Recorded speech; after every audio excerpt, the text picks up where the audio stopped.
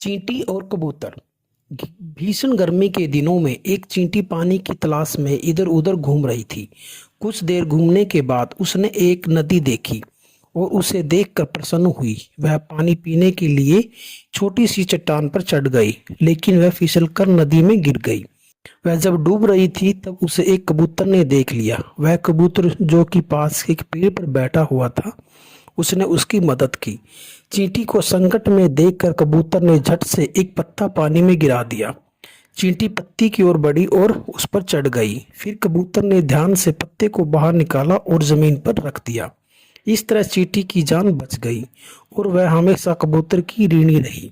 इस घटना के बाद चींटी और कबूतर सबसे अच्छे दोस्त बन गए और उनके दिन खुशी से बीते। लेकिन एक दिन जंगल में एक शिकारी आया। उसने पेड़ पर बैठे सुंदर कबूतर को देखा और अपनी बंदूक से कबूतर पर निशाना साधा। यह सब वह चींटी देख रहा था जिससे कि उस कबूतर ने बचाया था।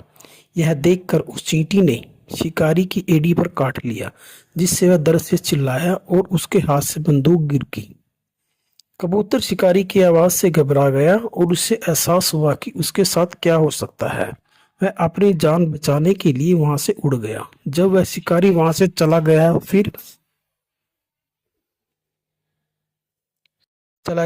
कबूतर वहां उस चींटी के पास आया और उसे की जान बचाने के लिए उसे धन्यवाद दिया। इस तरह दोनों दोस्त विपत्ति के समय में एक दूसरे के काम आए।